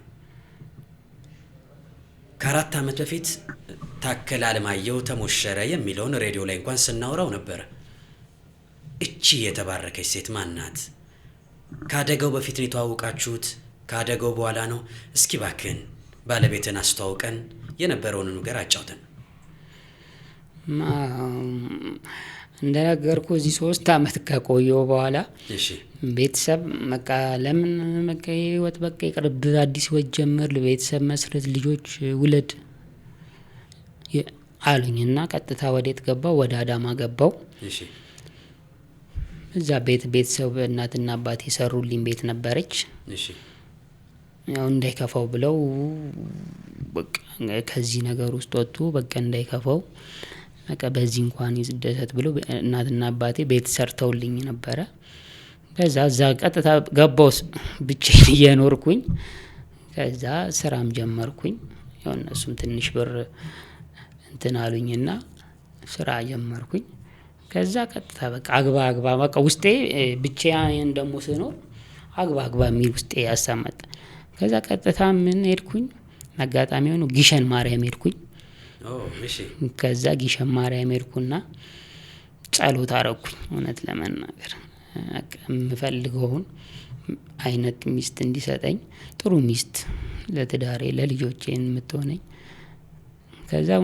ከዛ እንደመጣው ወዲያው ነው ከባለቤቴ ጋር የተዋወቅኩት። ከጊሸን መልስ ከዛ 2 ወር ባልሞላ ጊዜ ውስጥ ተጋባን። የምርህን ነው? የምር 2 ወር በቃ ከተገናኘን በ2 ወራችን ምናምን እና ጓደኞቼ እንደዚህ ላገባ መሆኑን ሲሰሙ ራሱ ደነገጡ። እንዴት በዚህ ፍጥነት እንዴት እንደዚህ ይሆናል ምናምን። በቃ እንግዲህ ትዳር የሚሰጠው ፈጣሪ ነው አልኩኝ። ያው ገባሁበት። ያው እንግዲህ 2 ልጆች ወልጃለሁ። ያው ከባለቤቴ ጋር ያው በሰላም እየኖርን። በጣም አስገራሚ ነው። የዓለማችን ፈጣን ነው ትዳር። ሜዳ ላይ ፈጣን ነበር፣ በህይወት በጣም ፈጣን ተጫዋች እንደነበር ከሁሉ ፈጣን ባል ሆናል ብዬ በ2 ወር ውስጥ ማለት ነው። በ2 ወር ውስጥ አገባው። ምን ወደድክላት? በቃ ሁሉ ነገሯን በቃ እኔም ወደው አይነት ሴት ነች እና አምኜበት ገባሁበት። ያው እንግዲህ ማን ትባላለች? ሄርሜላ መስፍን ትባላለች። ሄርሜላ መስፍን የ2 ልጆች አባት አድርጋለች። ጩጮቹን ተዋወቃቸው እስኪ። ጩጮዋ ትልቋ ናኦሚን ታከለ ትባላለች። ትንሿ ኖላዊት ታከለ ትባላለች። የ2 ሴት ልጆች አባት እኩል ነን። ያው ምን ሊያየው የኔ ወንድና ሴት መሆናቸው ነው። በጣም ደስ ይላል። መድኃኔዓለም እነሱም በጤና በጸጋ እንዲያሳድግልህ እመኛለሁ። ቀደም ሲል ወደ አዳማ ስትመለስ ቤተሰቦች ቤት ሰርተው እንድገባ አደረጉኝ ብለኛል። በእግር ኳስ እስክትወጣ ድረስ ምን ያህል ተጠቅመ ነበረ? በእግር ኳስ እስክወጣ ድረስ የተጠቀምኩት ምን አድርጎልኛል? መሬት እንድገዛ አድርጎልኛል። ኦኬ መሬት ገዛውበት እየተጫወቅኩ 2008 መሬት ያው በአባቴ ጉብዝና እንደነገርኩ በጣም ገንዘብ እናጠፋ ነበር። ከዛ አባቴ ነው ቡኬን ተቀብሎኝ ከዚህ በኋላ 1 ብር እንዳትነካ ብሎ በኢንሴንቲቭ ያው እናሸንፍ ስለነበረ በኢንሴንቲቭ እንደፈለግኩን ከደሞዝ ላይ አንድ ነገር አይነካም ብሎ በአባቴ ጉብዝና በገንዘቡን አጠራቅሞ መሬት እንድገዛ ተደረገ። ከዛ ያው ወደፊት ያው መቼም ይሄ ነገር ይፈጠራል ብዬ አላሰብኩም። ብዙ ነገር አረጋለሁ ብዬ ተፈጠረ። 1 አመት ደሞዝ እንደተቀበልኩ ይሄ ነገር ተፈጠረ። በዛች ብር መሬት ተገዛ። ያን ያህል ግን ታኬ ወላጅ አባት ደብተርን እስከ መቀበል ከደረሱ በጣም ታጠፋ ነበር ማለት ነው። አሁ ገኔ ገንዘብ ጄሌ ካለ በቃ ማጥፋት ነው። ለምን ሰዎች ቢጠይቁኝ እንኳን የመከልከል እንትን አልነበረኝም። ትሰጥ ነበር ለሰዎች? አዎ ሰዎችም በቃ እንደነገርኩ ታከለ ደሞዙ እንዲህ ነው ተብሎ አንዴ ሚዲያ ላይ ተነግሯል። 60 ምናምን ሺህ ነው በሰዓቱ ብዙ ብር ነው በጣም። እና ምንም በቃ ሰው በቃ ማንም ሰው ምንም ቢጠይቀ የመከልከሉ አንተኑ ምን አልነበረኝም። ከዛ ፋዘር አንዴ እዚህ ለኛ የ2 ወር ደሞዜን በአካውንት የገባና በ1 ወር ውስጥ ጨረስኩት። ከዛ ደነገጥኩኝ ለራሴ በምን እንዳጠፋው ሳይ ምንም ሊገባኝ አልቻለም። የዛሬ 10 አመት 80 ምናምን ሺህ ብር በ1 ወር ውስጥ ጨረስኩትና ደነገጥኩኝ በጣም ከዛ አባቴ ያወቀ እንዳጠፋው። እሺ ከዛ በቃ ተቆጣኝ። አባቴ ደግሞ የሥራ ሰው ነው። ለእያንዳንዱ ገንዘብ ዋጋ ይሰጣል። ዋጋ የሚሰጥ ሰው ነው። በቃ ለፍቶ ያገኛትን እንዴት ማጠራቀም እንዳለበት የሚያውቅ ሰው ነው። ቀጥታ አካውንቴን ተቀበለኝና ከዚህ በኋላ ድርሽ እንዳትል እዚህ አካውንት ጋር ላይ እኔም በቃ እሺ ማለት በቃ እቺ በ1 ወር ውስጥ ያጠፋት የ2 ወር ደሞዜ ለምን በሰዓቱ ብዙ ብር ነው። ከዛ ደነገጥኩ። በቃ ያንን ነገር አደረኩኝ። ምግቡም ርካሽ ነው፣ መጠጡም ርካሽ ነው። ርካሽ ነው። ያኔ ፊት ስንት ነበረ? 100 ምናምን ሺህ። 100 ምናምን ሺህ። እውነት ነው 150 ሺህ ምናምን። ስለዚህ አንተ 80 ሺህ ተጠፋ። የፊት ግማሽ በለው እንግዲህ። ለጨብሲ ምናምን ብዙ ታውጣ ነበር ታኬ? እኔ እንደነገርኩ በዝናና በ15 ቀን አንዴ ነው ከጌም በኋላ ነው እንትን የምንለው። እሺ እንደነገርኩ ብር ማግኘት በቃ ሰዎች ምናምን እንደዚህ ቸገረን ምናምን እንደዚህ የሆነ ነገር ሲፈልጉ በቃ ትሰጣ ማለት በቃ ይሄ የመከልከል እንትኑ አልነበረንም እንደነገርኩ። እና እኔ በቃ በምንም እንደጠፋ አልገባኝም። ምን በላው ካምፕ ነው ምግብ ቁርስ ምሳ እራት ልዝናና ብትል ያኔ ትንሽ ብር ነው የምታወጣው ለመዝናናት ራሱ። ያው በቃ ግን ስትዝናና እንዴት ነው? ውስኪ ምናምን የሚያወርድ አይነት ወይስ ደግሞ በቢራ ምናምን? እኔ መስቴደው ደጋፊዎቹ ራሱ ታከለ ውስኪው ነው የሚሉኝ። እኔ በዝናና እውነት ውስኪ ምናምን መጠጣት ነው ያው አስወረደ ምናምን እንደዛ ነበር የምንጠጣው። አጃቢዎች ነበሩ ታኬ? የሰፈር ልጆች አብሮ አደግ ወይስ እንዴት ነው ግን? ያው ጓደኛ ያው ይኖራል አንዳንዴ። ያው የነበርነው ቲማችን እንዳለ ተመሳሳይ ስለነበርን በህብረት ምናምን ነው የምንዝናናው። አስወረዳችሁ ነው? እንደዛ ነበር የምንዝናናው። የምናመሽ ከሆነ የእናንተ ሰርክል የእናንተ ጀማ እነማን ነበሩ? አሁን ለምሳሌ ሁሉም የየራሱ አንድ ቡድን ውስጥም ቢሆን ሁሉም የየራሱ ቲም ይኖራል ብዬ አስባለሁ። እና ዮኒ ነበረከት ምናምን የእናንተ ጀማ የኛ ነገሩ በብዛት ተመሳሳይ ነን። በቃ አንድ ላይ በቃ ምንም ቲም ውስጥ ሁላችንም እንዋደድ ነበረ። ጥሩ ግንኙነት ነበረን። አንዱ ከአንዱ የምትለው ነገር አይደለም በቃ። ስለዚህ አብዛኞቻችሁ አንድ ላይ ናችሁ? አንድ ላይ ነው የምናሳልፈው። ውስኪ ከመምጣቱ በፊት ደግሞ የግድ ይሄ መኖ ጥሩ መሆን መቻል አለበት አይደለ? ጉዝጓዝ በደንብ ተጎዝጉዞ ነው የሚጠጣው ብዬ አስባለሁ። ታኬ ምግብ ላይ እንዴት አይነት አቋም ነበረ በጊዜው? በላተኛ ወይስ ምግብ ላይ እስከዚህ ሆኖ ፉት የሚባለው ላይ ብቻ እንዴት ነበረ? አዎ በኔ አሁንም ድረስ ብዙ ምግብ ተመጋቢ አይደለሁም ከሚባሉት ውስጥ አይደለሁም። ስጫወትም በትንሽ ነገር ከሚጠግቡት ውስጥ አንዱ ነኝ እንጂ ብዙ ተመጋቢ አይደለሁም። እንደነገርኩ ግን ስንዝናና አብሶ በ15 ከጌም በኋላ ምናምን ብዙ ጊዜ እንትን እንዝናና ነበር። ያ 7 ቁጥር ለአዳማውያን ብዙ ትርጉም አለው።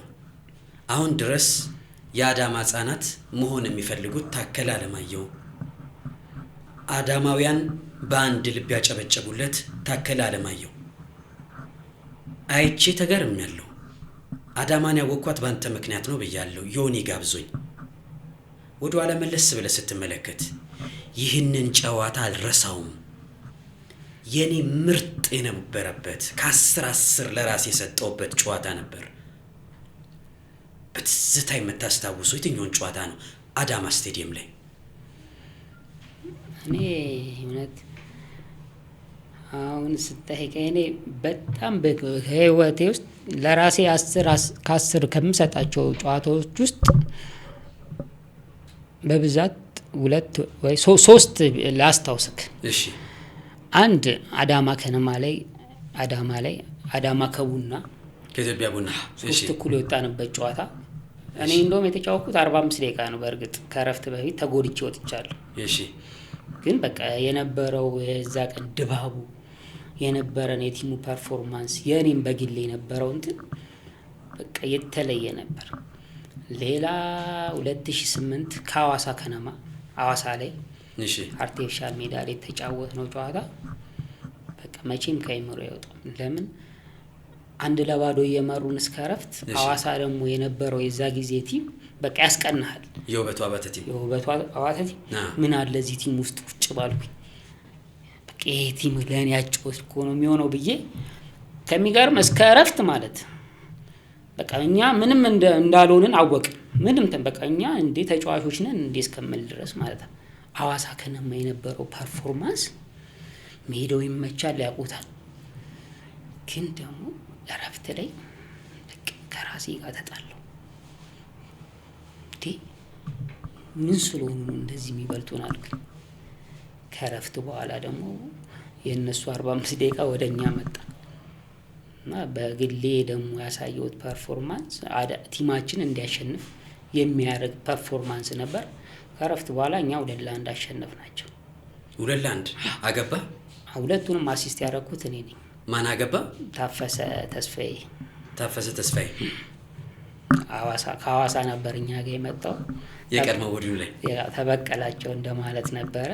ግን በሰዓቱ የነበረው ፐርፎርማንስ በህይወቴ መቼም ከማረሳቸው ፐርፎርማንሶች በቃ ይዛቀ ደጋፊዎች ራሱ የኛ ደጋፊዎች ተሸክመው ሜዳ ሲዞሩ ነበር። ራሱ የሐዋሳ ደጋፊዎች ማጨብ ነገርኩ። አንዳንዴ ራስን እንትን አትልም እንጂ በቃ ይሄ በቃ የኔ ጥሩ መሆን ቲሙን በሚገባ እንዲያሸንፍ ያደረገበት ጨዋታ ነበር። ሶስተኛው ሴካፋ ውድድር ሄደን ነበር ታንዛኒያ። እሺ ኮከብ ተጫዋች ተብያለሁ ጨዋታው። እሺ እና ያ ጨዋታ ጎል ያገባውበትም ነበር። በጣም የሚገርም ጨዋታ ነበር የተጫወቱት። ያንን ቡድን ማን ነበር የያዘው? አሰልጣኙ ማን ነበር? አሸናፊ በቀለ። አዳማ ከነማ 2 አመት ተከታታይ የሴካፋ ውድድርን እኛ ነበር ያን ክለቡ የተሳተፈው። አሸናፊ ይዞት ማለት። በጣም አሪፍ። አንድ ጉዳይ እናንሳ እስኪ። ቀደም ሲል ሐዋሳ አርቲፊሻል ሜዳ ላይ ሐዋሳ ከነማን 2-1 አሸነፈን ብለህ ነበር። የአሰልጣኙ ውበቱ አባተን ያኔውን ሐዋሳ ከነማም ስታሞግስ ነበረ። የሆነ ሰዓት ለሐዋሳ ከነማ ፈርመ ነበር አይደለም? ከዛ በፊት 2007 ክረምት ላይ እሺ ሐዋሳ ከነማ ፈርሜ ነበረ። ውበቱ አባተ አስፈርሞኝ ነበር። ከዛ ከአሰልጣኛችንና ከቢሮ ከነበረው ፕሬዝዳንት ከፍተኛ ቅሬታ መጣ። ለምን ትለቃለህ? እንዴት እስከዛሬ እኛ ጋር ተጫውተ ክለቡ በዚህ ነው ያለ ደረጃ እየወደደ ደጋፊ እየወደደ እንዴት ይሄን ክለብ ለመልቀቅ ታስባለህ? ከዛ አባቴ ጋርም ተደወለ። አባቴ ይሄን ሐሳብ እንዲያስቀይረኝ ተደረገ እንጂ ሐዋሳ ሄደሃል። በቃ ሐዋሳ ፈርሜ በቃ ለሐዋሳ ለመጫወት ደሞዝ ተነጋግሬ ምናምንና በቃ ፊርማም አድርጌ ነበር። ብዙ ደጋፊዎች ግን ያውቃሉ ብዬ አላስብም ይሄንን። አያውቁም። ከዛ ከወላጅ አባት ጋር በተደረገ ንግግር ነው የተመለስከው? ንግግር በቃ ውበቱን በቃ ውበቱ እንዴት እንደዚህ ታደርጋለህ ምናምን ብሎ ነበር። እሱም የአዳማ ልጅ ስለሆነ ግን ያው በቃ የነበረውን ጫና ደግሞ ከአዳማ ደጋፊዎች ከባድ ነበር ማለት ቤት ድረስ እስከ መሄድ ድረስ የደረሱ ሰዎች ነበሩ። ልመና ማለት ነው። በቃ ፋዘርም በቃ እንደዚህ አታርግ ምናምን አለኝ። በቃ ያ ነገር ወደዛው አዳማ እንድቆይ ተደረገ። በጣም አሪፍ። እዚህ 7ኛ ፖድካስት ስቱዲዮ ከደረሱ እንግዶቻችን መካከል አንደኛው ዘነበ ከበደ አዩካ ነው። በተጫዋችነት ዘመናችሁ ሁለታችሁ ሜዳ ላይ ደርቢ ነበራችሁ። አንተ ከመስመር ታጠቃለህ፣ እሱ መስመር ላይ ሆኖ አታልፍም በሚል ይከላከላል። ዘነበ ከበደ አዩካ ከሜዳ ውጪ እጅግ በጣም የዋህ ደግ ተጫዋች፣ ዝምተኛ ተጫዋች ነው። ሜዳ ላይ ግን ቻርጅ ያደርጋል፣ በጣም ጎሸምም ያደርጋል። እስኪ ዘነበ ከበደ አዩካ ምን አይነት የመስመር ተከላካይ ነበረ? የተገናኛችሁበትን አጋጣሚ ታስታውሰዋለህ ወይ? እስኪ በተወሰነ መልኩ እናንሳው። እኔ ከሱ ጋር ብዙ ጊዜ እንገናኛለን እና ሁሌ ጸብ ነው በቃ ሁሌ ጸብ። እኔ ምን አስባለሁ መሰል ለምን በዚህ ደረጃ እንዴት አስቸጋሪ ልትሆን ትችላለህ ብዬ ብዙ ቀን የሆነ ጊዜ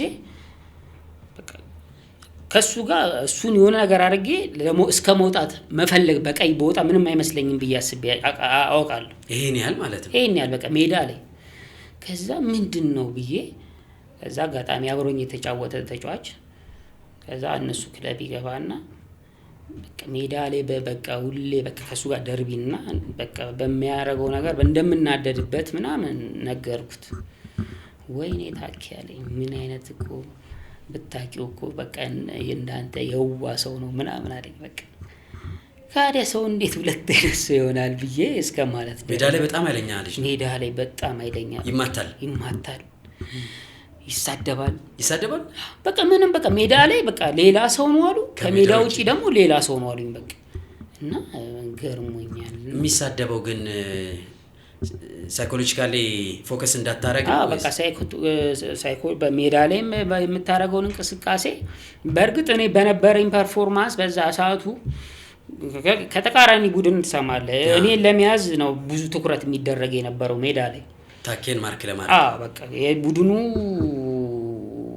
የማጥቃት ከፍተኛ እንቅስቃሴ የሚደረገውን በእኔ በኩል ስለሆነ ያው እሱም ስራውን ነው የሰራው። በእርግጥ ያው በቃ ይማታል የሆነ በቃ ትኩረትን ወደ ሌላ ሊያስቀየር ይፈልጋል።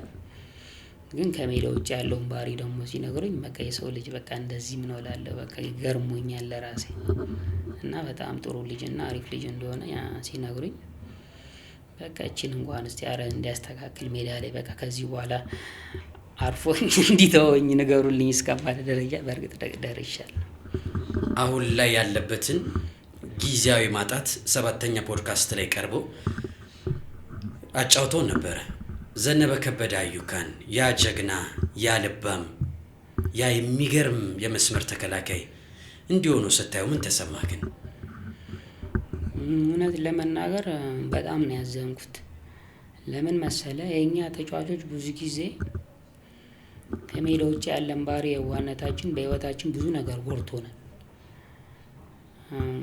በሰዓቱ የምናገኘውን ነገር በአግባቡም ያለመጠቀም ይሁን በሰዎችም ተንኮል ይሁን ብዙ ነገራችን ይበላሻል እና ምናልባት እንደ ቡድን እንደ ክለቦች ተጫዋቾች ላይ ብቻ ማስፈረም ብቻ ሳይሆን ተጫዋቾች ከዛ በኋላ የሚያጋጥማቸውን ነገር ተረድተው እዛ ስራ ላይ መስራት ቢችሉ ለምን የተጫዋቾች ራስን መጠበቅ ለተጫዋቾች ብቻ ሳይሆን ለክለቦችም ይጠቅማል እና ብዙ ትምህርቶች የሚሰጥበት መንገድ አሁን ላይ ቢኖር ደስ ይለኛል። ለምን እንዳልከው የኛ ጊዜ የነበረው ግሩፕ አብዛኞቹ በቃ ተመሳሳይ ህይወት ላይ ነው ያሉት። ለምን ከኳሱ ስትወጣ ምን እንደሚያጋጥም አታውቀውም።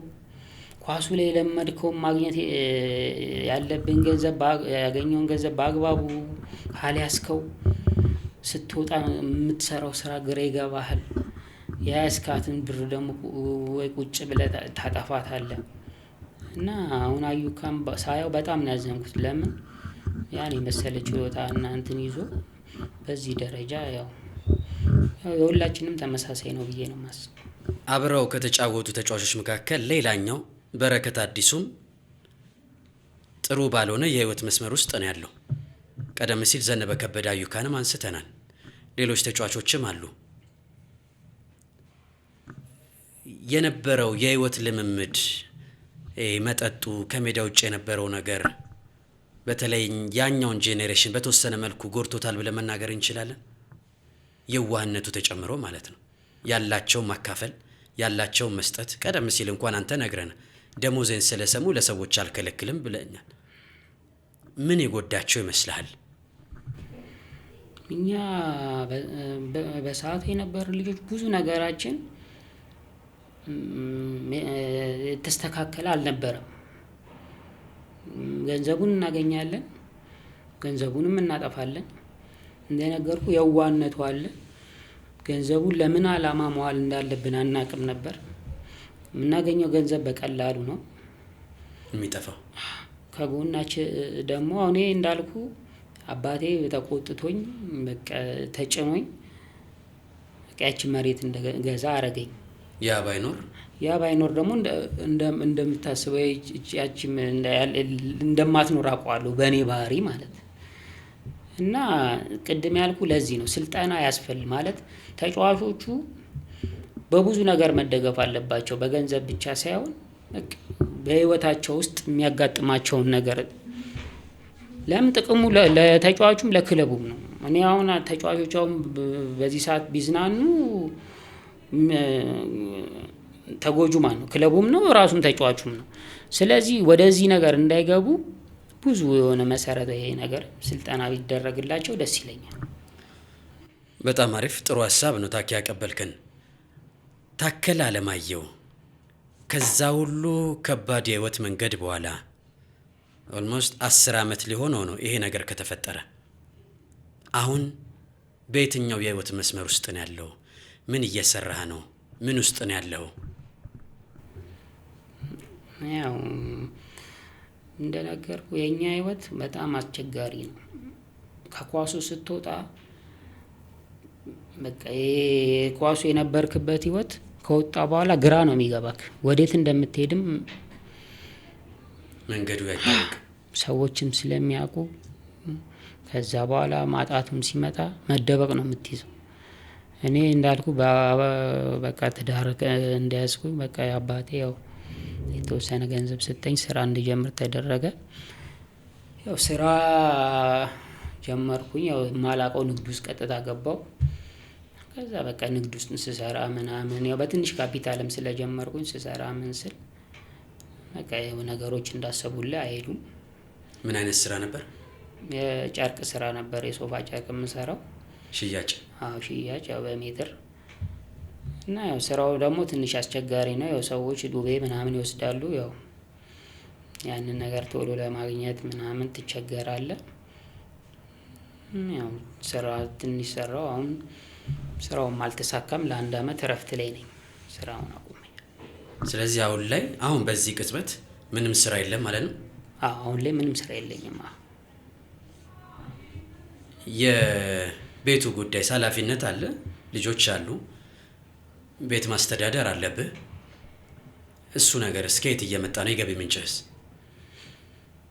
እንደነገርኩ በሰዓቱ አባቴ ሰራልኝ እኔ እንዳይደብረኝ ብሎ ቤት አለ፣ እሱ የሰራልኝ ቤት። በቃ ከሱ ከማገኘው የቤት ኪራይ ትንሽም ብትሆን ያው ለዕለት ጉርስ በምትሆን በዛች እየኖርኩ ነው። ያው ጊዜው አስቸጋሪ ቢሆንም ያው ሰው ባለው ነው መቼም ነገሮች የተስተካከሉ እስከሚሆኑ በዛች ነገር እየኖርኩ ነው። የሰማሁት ነገር አለ ብሎ አንድ የአዳማ ወዳጅ አንድ ነገር ነግሮኝ ነበረ። ታኬ አሁን ያለበት ነገር በተወሰነ መልኩ ጥሩ ስላልሆነ፣ ቀደም ሲል የነገርከኝ ቢዝነሱም ጥሩ ስላልሄደለት ያለውን አንድ ንብረት ከእጁ ሊያወጣ ነው፣ ለመሸጥ ሊገደድ ነው የሚል መረጃ ነግሮኛል። እውነት ሐሰት? እውነት ነው። ስለዚህ የተሻለ ስራ ለመስራት ሳትፈልግም ቢሆን ያንን ቦታ ለመሸጥ ልትገደድ ነው ማለት ነው? አዎ ምን በዚህ ሰዓት ነገሮች ከባድ ናቸው። ምንም ነገር ለማድረግ ገንዘብ እንደነገርኩ ያው ቤቱን አባቴ ሰርቶ ነው የሰጠኝ። ግን ያው የጀመርኳት ስራ ያው ግዴታ ብር ያስፈልገዋል። ያለ ብር ደግሞ ምንም መንቀሳቀስ አይችልም። ከባድ ነው እና ያው ቤተሰብም ደስ ባይለውም ያው ምንም አማራጭ እስከሌለ ድረስ ይህን ነገር ለማስተካከል ያው ለሰዎች ነግሬያለሁ። በእርግጥ ለደላሎች ያው አሁን ባለው ሁኔታ ትንሽ አስቸጋሪ ነው ቤትን መሸጥ። ያው ገዥም አታገኝም እና ምንም አማራጭ ስለሌለ እንግዲህ ያው ግዴታ አሁን 1 አመት እንደነገርኩ ከስራ ስላረፍኩኝ ያው ያለ ስራ መቀመጥ ትንሽ ከባድ ነው በጣም። ለምን ልጆች አሉ፣ ለልጆች የሚያስፈልጋቸውን ነገር ማድረግ አለብህ። ያው ቤቱ የልጆችም ቅርስ ቢሆንም ፈጣሪ ያለው ነው የሚሆነው። ነገ እንግዲህ የተሻለ ህይወት በህይወቴ ምን እንደሚመጣ ባላቅም ነገ ከተሳካ እንግዲህ እንደዚህ ማድረግ ሀሳብ አለኝ። ለምን በሰዓት ከሰዎችም ያው ድጋፍን የማግኘት እንትን ያው ሁሉም ሰዎች ያለበት ችግር የራሱ ችግር አለ። ገብቷል? በማንም ለአንተ እንትን የሚልልህ የለም። ስለዚህ ያው ቤተሰብም ቢደብረው ምንም ማድረግ አልችልም እንግዲህ ያን ነገር ከማድረግ ውጪ። ያው ጊዜው ከባድ ነው ያለው የኑሮ ጫና ይታወቃል። እኔ ግን አንድ ሀሳብ አለኝ። ያ ሀሳብ ምንድነው? ታከለ አለማየሁ ለአዳማውያን በጣም ብዙ ማለት ነው። አዳማ እንድትስቅ ፈገግ እንድትል ወጣቱ እነታከለን እኔ ብሎ ሜዳ እንዲመጣ ምክንያት ከሆኑ ተጫዋቾች መካከል አንዱ አንተ ነህ። ውለታህ አለባት ብዬ አስባለሁ። በተፈጠረው ጊዜም አዳማውያን አለው ብለው ነበር የዛን ጊዜ። አሁን ላይ ይሄ ነገር ከእጅ ባይወጣ ደስ ይለኛል። ምክንያቱም 7ኛ ፖድካስትን የሚከታተሉ በጣም ብዙ ደጋግ በአገር ውስጥም ከሀገር ውጭም የሚገኙ አሉ። የአዳማ ከተማ አስተዳደር፣ የአዳማ እግር ኳስ ማህበር፣ የአዳማ እግር ኳስ ደጋፊዎች ማህበር፣ አዳማ ላይ የሚገኙ እግር ኳስ ወዳዶች፣ የኢትዮጵያ እግር ኳስ ተጫዋቾች ማህበር፣ እንደዚሁም ደግሞ እግር ኳሱን የሚወድ የሌሎች ክለቡ ደጋፊዎችም ቀደም ሲል በችግር ጊዜ የደረሱልህ ቤት ድረስ መጥተው የደገፉ ቤት ድረስ መጥተዋለን ያሉ የቅዱስ ጊዮርጊስና የኢትዮጵያ ቡና ደጋፊዎችን ጨምሮ ሌሎች ክለቦችም ታኬን አለው ማለት አለባቸው ብዬ አስባለሁ። በሐሳብም በገንዘብም። ምክንያቱም ሳትፈልገው ያቺ የተረገመች ምሽት ከእግር ኳስ እንድትወጣ አስገድዳለች አይደለ? ስለዚህ ይህንን ፕሮግራም የምትከታተሉ የአዳማ ከተማ አስተዳደር አመራሮች፣ የአዳማ እግር ኳስ ማህበር ኃላፊዎች፣ የአዳማ እግር ኳስ ማህበር የደጋፊዎች ማህበር አባላት፣ አዳማውያን በጠቅላላ ውድ ልጃችሁ ታከለ አለማየሁ እዚህ 7ኛ ፖድካስት ስቱዲዮ ይገኛል። ያኔ እንደደረሳችሁለት፣ ያኔ አይዞ እንዳላችሁት፣ ያኔ እንዳለቀሳችሁለት እባካችሁ ይህንን ንብረቱ ከእጁ እንዳይወጣ ሌላ አማራጮች ከተማ አስተዳደሩ የሚችለውን ነገር እንዲያደርግ በ7ኛ ፖድካስት ስም እጠይቃለሁ። ምክንያቱም ስለሚገባህም ጭምር ነው። እንዴት ያለ ኮከብ እንደነበርክ ምስክር አያስፈልገውም። እንዴት ያለ ድንቅ ተጫዋች እንደነበርክ አዳማውያን ያውቁታል። ስለዚህ ሌሎችም ታኬ ማግኘት የሚፈልጉ ከስር ስልክህን እናስቀምጣለን። ታኬ ምን እናግዝ፣ ምን የመስራት ሀሳብ አለ ብለው እንደሚጠይቁ እናምናለን። በእርግጠኝነት የ7ኛ ፖድካስት ቤተሰቦች ደግሞ በዚህ ረገድ አለው እንደሚሉ ተስፋ እናደርጋለን። ታኬያችን እንግዲህ ያው ፈጣሪ ያለው ነው የሚሆነው። እንዳልኩ ነው። ያው እንግዲህ ምን እንደሚመጣ እንግዲህ ፈጣሪ ያውቃል። ያው እንዳልኩ ቤቱ ባልሸጥ ደስ ይለኛል። የልጆቼ ቅርስ ነው። እናትና አባቴ ለፍተው የሰሩት ነው። ግን ያው እንግዲህ ያው የሚመጣውን ነገር ማየት ይሻላል። እንግዲህ እዚህ ዓለም ላይ ሁሉ ነገር በአምላክ ፍቃድ ነው የሚሆነው። አምላክ ደግሞ ወርዶ ሳይሆን በሰዎች በኩል ነው ነገሮችን የሚያደርጉ አይደለም። ስለዚህ እኔ እንኳን ከአዲስ አበባ ድረስ መጥቼ ያንን ድንቅ ብቃትህን ተመልክቻለሁ። የአዳማ ልጆች ሲያወሩኝም እሰማለሁ። ያንተ እግሮች ይናፈቃሉ። ስለዚህ ውለታህን ደግሞ በእርግጠኝነት ውለታ የማትረሳው አዳማ መልሳ አለው ትላለች ብዬ አስባለሁ። ታኪያችን ወደ እግር ኳሱ እንመለስ እስኪ። አንተ ከእግር ኳስ ከወጣ በኋላ የኢትዮጵያ እግር ኳስ አሁንም አንዳንዶች እረ እንደውም ብሶበታል፣ ባዶ ስቴዲየም፣ ደጋፊዎች የራቁበት፣ አሁንም የሚቆራረጡ እንቅስቃሴዎች ያሉበት፣ ተመሳሳይ ፊቶች የምንመለከትበት እግር ኳስ ነው። የኳሳችን ትንሣኤ ናፈቀን ይላሉ። የኢትዮጵያን እግር ኳስ ፕሪሚየር ሊጉን ትመለከቷለህ? ፕሪሚየር ሊጉን አልፎ አልፎ እመለከተዋለሁ። ያው ሁሌም ተመልካች ነኝ ባልልም አልፎ አልፎ እመለከተዋለሁ። እኛ ከነበርንበት ጊዜ አሁን የተሻለው ምንድነው? ሜዳው የተሻለ ነው። ሜዳዎቹ በቀረጻ በቲቪ የሰዎች እንትን ውስጥ የመግባት እንትን የተሻለ ነው። እኔ አንዳንዴ ነው የነበረኝ ችሎታ ሰዎች በዚህ ደረጃ በእንትን ተቀርጾ አይተውት ቢሆን ምንኛ ደስ ባለኝ ነበር። አሁን ባለው የቀረጻ ፕሮግራም ምክንያት ኦቤን ላይ ቢታይ ነው ዋው በቃ እንደዚህ ምን አለ እኔ እንደዚህ አንድ 3-4 ጌም ኖሮ ቢሆን እላለሁ። እና አልፎ አልፎ ጨዋታዎችን ሳይ ምን ታዘባለሁ? ሁሉም ቲሞች ተመሳሳይ ነገር ነው የሚጫወቱት። በቃ ምንም የተለየ ነገር እውነት አታይም። የተጫዋቾች የግል ችሎታ ጥበብ ውስን ነው በጣም። በእርግጥ የኛ ሀገርም አሰልጣኞች ይህንን ነገር እንትን ያለን ነገር አቅም አውጥተን እንድትጫወት ብዙም የሚደግፉ አይመስለኝም። ለምን እኔም በነበርኩበት ጊዜ አውቀዋለሁ። ግን ይኸው እግር ኳሱ ውበትም እንዲኖረው ተመልካችም እንዲኖረው እንደዚህ አይነት ተጫዋቾችን ማበረታታትና ሜዳሊያ ያላቸውን አቅም አውጥተው እንዲጫወቱ ማድረግ አለባቸው ብዬ አስባለሁ።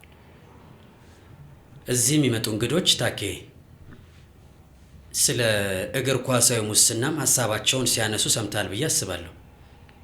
ሜዳ ላይ ለሚታየው ችግር፣ ሜዳ ላይ ለሚታየው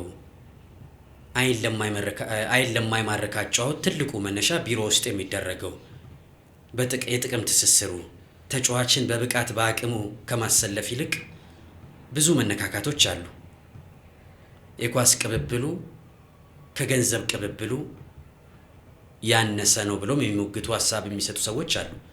በእናንተ ጊዜ ይሄ ገንዘብ አምጣ ምናምን የሚለው ነገር ነበረ? እኔ በእርግጥ እኔ እውነቱን ለማውራት እኔ አልተጠየቅኩም። ግን ሌላ የተጠየቀ ሰምተህ ነበር? በጊዜው ነበር? አዎ እንደዚህ የሚያወሩ ልጆች ነበሩ።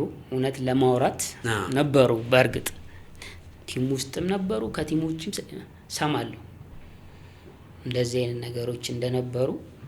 አመራሮች፣ አሰልጣኞች አምጦ ማለት ነገር ነበረ በጊዜው? አዎ እኔ አሁን ማንም የጠየቀኝ ሰው የለም። አሁን እንደዚህ አሁን በራሴ ደርሶ እንደዚህ ብዬ አልልህም። አንተ ምርጥ ስለነበርክ። አዎ ምናልባት ሊሆን ይችላል።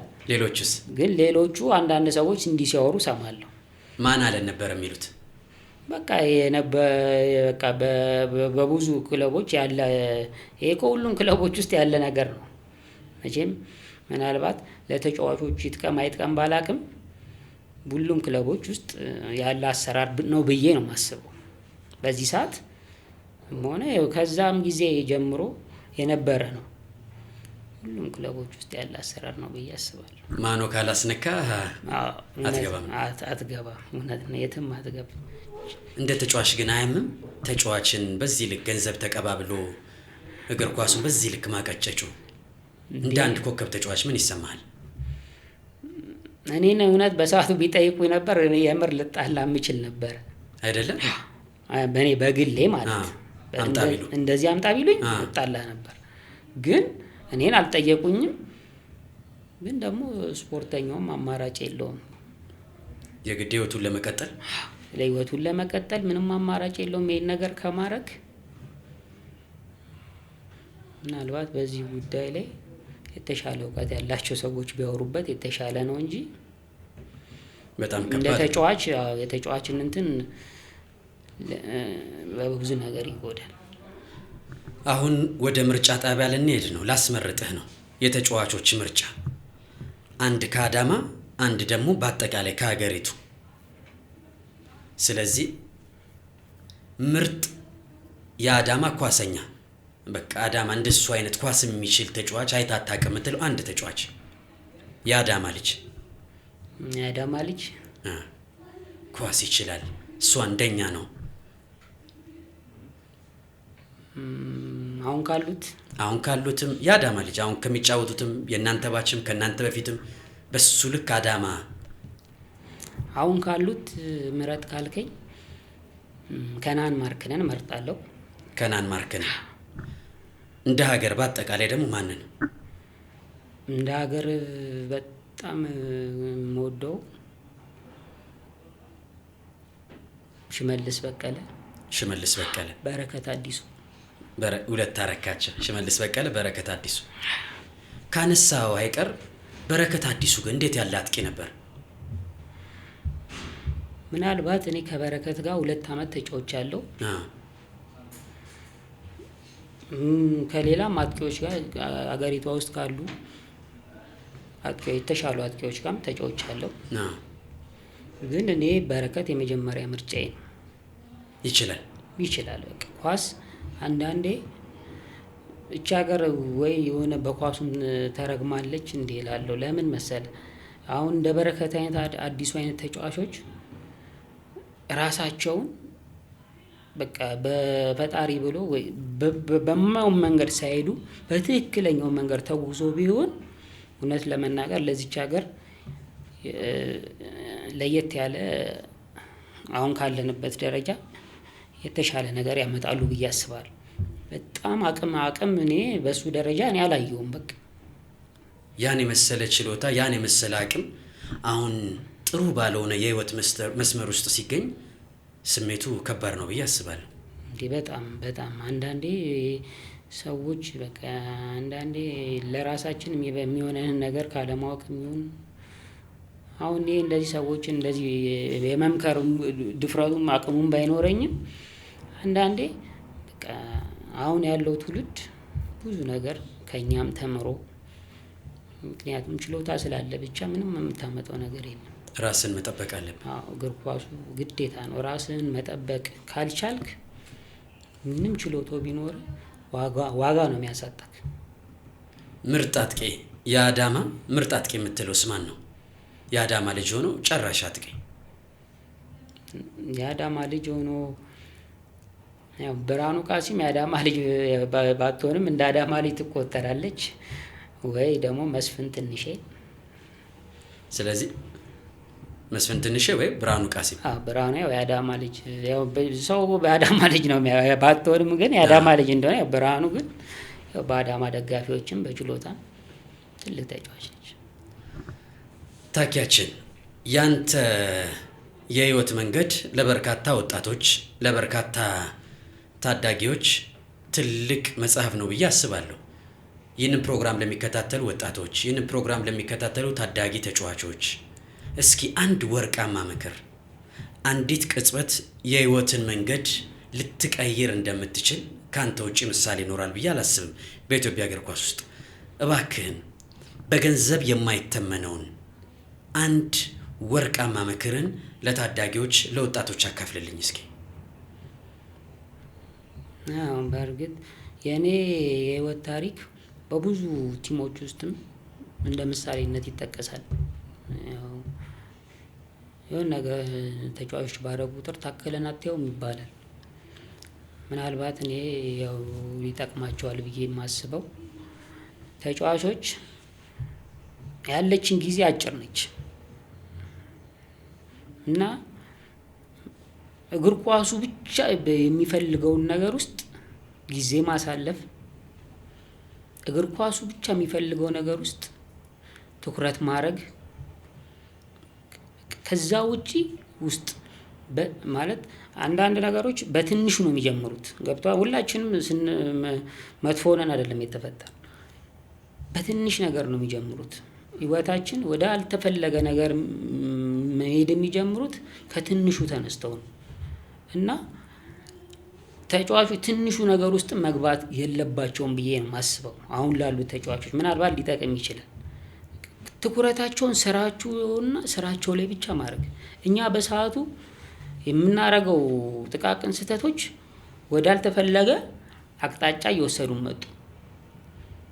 ከእለት ወደ እለት ገብቷ የነበረን አንድነት ምናምን በቃ ወዳልተፈለገ አቅጣጫ ሲወስዱን በቃ አንዳንዴ ከገባበት ውስጥ ነገር ውስጥ ለመውጣት ትቸገራለህ። አንድ ነገር ውስጥ አንዴ ከገባ ከዛ ነገር ውስጥ መውጣት በጣም ሰዎች እንደሚያወሩት ላይሆን ይችላል። ስለዚህ ክለቦችን የስልጠና መስጠት አለባቸው ምለው ለዚህ ነው። ተጫዋቾች በቃ ከኳስ ውጪ የሚያጋጥማቸው ነገር ህይወታቸውን ምን ያህል እንደሚጎዳ ማስረዳት አለባቸው። እውቀት ባላቸው ሰዎች ድጋፍ መደረግ አለበት እና አሁን እንዳልኩ በዚህ 10 አመት ውስጥ ምንም የእግር ኳሱ ለውጥ ተመሳሳይ አይደለም። ለውጥ የለውም። ሁሉ ነገር ተመሳሳይ ነው። ስለዚህ ጠንክራችሁ ከሰራችሁ የመጀመሪያ ተጠቃሚ የምትሆኑት እናንተ ናችሁ፣ ሌላ ማንም አይደለም። ታኬ እግር ኳሱ እንዳንተ አይነት ታለንትድ የሆኑ ልጆችን እንዲያወጣ፣ እንዳንተ አይነት ኳሰኛ የሆኑ ተጫዋቾችን እንዲያወጣ፣ እግር ኳሳችን ትንሳኤው እንዲቀርብ ምን መደረግ አለበት ብለህ ታስባለህ? ቀደም ሲል ነግረህናል። የገንዘብ ቅብብሎቹ አሉ፣ አላስፈላጊ የሆኑ ነገሮች አሉ። ኳሳችን ግን አሁንም ተመሳሳይ ነው። ምን መደረግ መቻል አለበት? እንደ አንድ ኮከብ ተጫዋች የእግር ኳሱ አመራሮች፣ እግር ኳስ ውስጥ ያሉ አሰልጣኞች ምን ያድርጉ? ይሄ ጥሩ ጥያቄ ነው።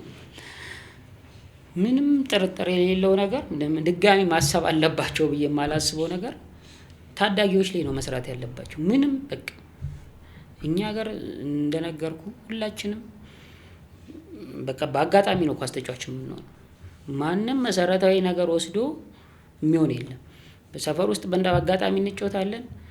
በአጋጣሚ የሆነ እድልን ስናገኝ በቃ ቀጥታ ወደ ፕሪሚየር ሊግ ነው የምንገባው፣ ምንም አይነት ግንዛቤው ሳይኖረን ማለት ነው። ስለዚህ ታዳጊዎች ላይ ብዙ ስራ መሰራት አለበት። እውቀት ያላቸው አሰልጣኞች ወደ ኳሱ እንዲመጡ ማድረግ፣ ተጫውተው የሚያሳልፉ ቢሆን ለተጫዋቾች ተሞክሯቸውን ማስረዳት ቢችሉ፣ ስልጣናቸውን ከልጅነታቸው ጀምረው ቢያደርጉ ለውጥ ይመጣል ብዬ አስባለሁ። ከዛ ውጪ ምንም ብናደርግ ለውጥ ይመጣል ብዬ አላስብም። ታኪያችን እዚህ ዓለም ላይ በጣም ከባዱ ነገር እንደ ወንድ ልጅ፣ እንደ ወጣት፣ እንደ አባት አግኝቶ ማጣት ይመስለኛል። በጣም ከባድ ነው። ሁሌ እላለሁ ወንድ ልጅ በማንኛውም መንገድ ያጥፋው አግኝቶ ማጣት የለበትም። በጣም ከባድ ነው መሙ። የዚችን ዓለም ሁለት መልክ ተመልክተዋል። ኖሮ ለሰዎች ሰጥተሃል፣ ለሰዎች አድርገሃል። የ2 ወር ደሞዝን ያ ትልቁን ገንዘብ በአንድ ወርም ጨርሰዋል። ሌላኛው መልኩንም የህይወት ትንቅንቁንም እየተመለከትከው ነው። እስኪ ስሜቱ እንዴት ነው ባክህን? አሁንም ለዚህ ትክክለኛ ምሳሌ አንተ ነህ ብዬ አስባለሁ። እንደ ወንድ ልጅ፣ እንደ አባት፣ እንደ ወጣት ከትንሽ ማጣት ጋር መታገል፣ ከዝቅታ ጊዜ ጋር መታገል ስሜቱ እንዴት ነው? እስኪ ባክህን አጫውተኝ። እንዳልከው ነው። በቃ ገንዘብን በደንብ በተጫወቁበት 5 አመት ውስጥ የነበረው አዳማ በቃ ለተጫዋቾች ብዙ ነገር ባጀት ያወጣ ነበርና ገንዘብ በማንኛውም ሰዓት እናገኝ ነበር። በቃ ግን ገንዘባችን በአግባቡ አለመያዛችን፣ ለማይሆን ነገሮች ገንዘባችን ማጥፋታችን በቃ በብዙ ነገር ነው የጎዳ። በብዙ ነገር እኔ አሁን አንዳንዴ አባቴ በጣም ጎበዝ ነው እንዳልኩ ነው። ገንዘብ ስራ ላይ ስራና ምን አለ እሱን ሙሉውን ግማሹን እንኳን በሰጠኝ ይላል። ለምን በህይወት ለመኖር ዋናው ነገር ገንዘብ ነው። ሰውም የሚፈልግ ሲኖር ነው እውነት ለመናገር እና ያለ ገንዘብ በጣም ከባድ ነው። ያለ ስራም በጣም ከባድ ነው። ያው እንደነገርኩ ፈጣሪ ጀምሮናል። ፈጣሪ እንግዲህ ሁሉ ነገር ለበጎ ነው ብዬ አስባለሁ። እስቲ መጨረሻችንን ብቻ ያሳምረው። የሰፈራችን የ7ኛ መርካቶ ሞቶ ነው ይሄ። እንደ 7ኛ ፖድካስት የምንጠቀምበት 7 ጊዜ ብትወርቅም 7 ጊዜ ትነሳለህ ነው። ቀደም ሲል አግኝቶ ማጣትን በተወሰነ መልኩ አንስተናል። ወንድ ልጅ እዚህ ዓለም ላይ ለመከራ ነው የተፈጠረው። አፍሪካ ውስጥ፣ ኢትዮጵያ ውስጥ ሲሆን ደግሞ የወንድ ልጅ ትከሻ ሰፋ ማለት አለበት ብዬ አስባለሁ። መስቀሉ በጣም ከባድ ነው። በዚህ ቅጽበት በተዘጋና በተዘነጋ ሁኔታ ውስጥ ያሉ፣ በዚህ ቅጽበት ተስፋ የቆረጡ፣ በዚህ ቅጽበት የኔ ቀን የኔ ጊዜ አይመጣም ተስፋ የለኝም ለሚሉ፣ በዚህ ቅጽበት የጀመሩት ነገር ፍሬ ያላፈራላቸው ብዙ ታዳጊዎች፣ ብዙ ወጣቶች አሉ። ታኬ ደግሞ የሆነ ነገር እንዲላቸው ፈልጋለሁ። ውድ የሆነው አካልህን ያጣኸው፣ ሜዳ ላይ በሚሊዮኖች የሚቆጠር ገንዘብ የሆነን ነገር ነው ያጣኸው። ግን ህይወትን እንደ አዲስ እየጀመርከው ነው፣ እየታገልክ ነው። ወንድ ልጅ ነገ ሌላ ቀን ነው ብሎ ማመን አለበት ብዬ አስባለሁ። ወድቆ ስለመነሳት እስኪ የሆነ ነገር በለ ለታዳጊዎች፣ ለወጣቶች። በጣም ከባድ ነው። በጣም ብዙ ተስፋ አስቆራጭ ጊዜዎችን አሳልፌያለሁ። በጣም ብዙ ድጋሚ የምነሳ እንኳን ያልመሰሉኝ ጊዜዎች አልፈዋል። እንደነገርኩ ይሄ ነገር ከተፈጠረ በኋላ አላመንኩም ነበር ለረጅም ዓመት። በቃ ማለት ውስጤ በቃ እንደ አዲስ በየቀኑ አዲስ ነገር በቃ ተመልሼ እዛው ነገር ውስጥ ያለው ነበር የሚመስለኝ። ግን በቃ ህይወት በአንድ አቅጣጫ ብቻ አትጓዝም። ፈጣሪ ሲፈጥረን ሁላችንንም በቃ የራሱ ምክንያት አለው። ያው ሰው ደግሞ ይወድቃል፣ ይነሳል። ብቻ ተስፋ ለመቁረጥ ነው ብዬ ነው የማስበው። እኔ በእርግጥ ተለማምጄዋለሁ። ግን አሁንም እኔም እውነት ለመናገር ተስፋ የማደርገው ነገ የተሻለ ህይወት እንደምኖር ጌታን ነው የምልህ። ምንም ጥርጥር የለኝም።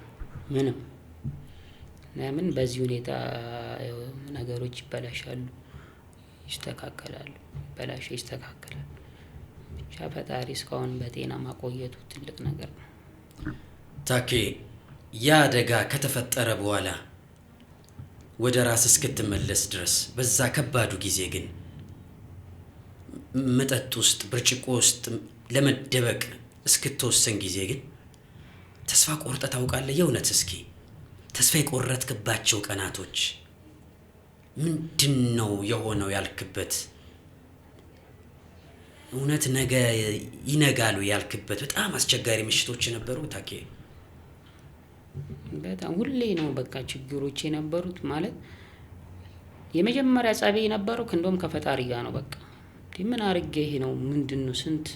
ስንት ግፍ የሚሰራ ስንት መጥፎ ሰው ባለበት ሀገር ምን የትኛው ለሰዎች እኔ ለሰዎች ክፉ አድርጌ ነው ወይ ለሰዎች መጥፎ ነገር ተመኝቼ ነው እስከ ማለት ደረጃ የደረስኩበት ጊዜ ነው። ምንድነው የሆንኩት ብያለሁ። ሁሌ ደግሞ በቃ እንደነገርኩ በሰዓቱ ጓደኞቼ አብሶ ብቻዬን በሆን ነበር በቃ በጣም ከባድ ነበር። ጓደኞቼ አለመለየታቸው ነው የጠቀመኝ እንጂ በጣም ከባድ ጊዜ ነበር የማሳልፈው። እና አንዳንዴ ያው ህይወት ውስጥ የሚመጡ ነገሮችን አምኖ መቀበል የተሻለ ነው፣ ምንም አማራጭ ስለሌለ ማለት። ግን ለማስተካከል መጣር ደግሞ የራስ ፋንታ። ታኪያችን፣ ያኔ ባንተ ምርጥ ጊዜ ከነበሩ ተጫዋቾች መካከል ከዚህ ልጅ ጋር አብሬው ብጫወት የምትለው ተጫዋች ነበረ? በተለየ መልኩ ከዚህ ልጅ ጋር አንድ መልበሻ ቤት ብጋራ፣ አንድ ቡድን አብረን ብንጫወት የምትለው ተጫዋች ማን ነበረ? ዳዊት እስጢፋኖስ። ዳዊት እስጢፋኖስ። ከዳዊት እስጢፋኖስ ጋር አብሬ ብጫወት ብዬ የሆነ በጣም አስባለሁ። እንዳልኩ ከሽመልስ ጋር አሁን ካለው እና አቡበከር ናስር እና ሳላዲን ሰይድ ደስ ይሉኛል በጣም። በጣም አሪፍ። የዳዊት እስጢፋኖስ ኳሊቲ ምንድን ነው? የዳዊት እስጢፋኖስ ኳሊቲ ተጫዋቾችን ከጎል ጋር ማገናኘት። እሱን ትወድለታለህ?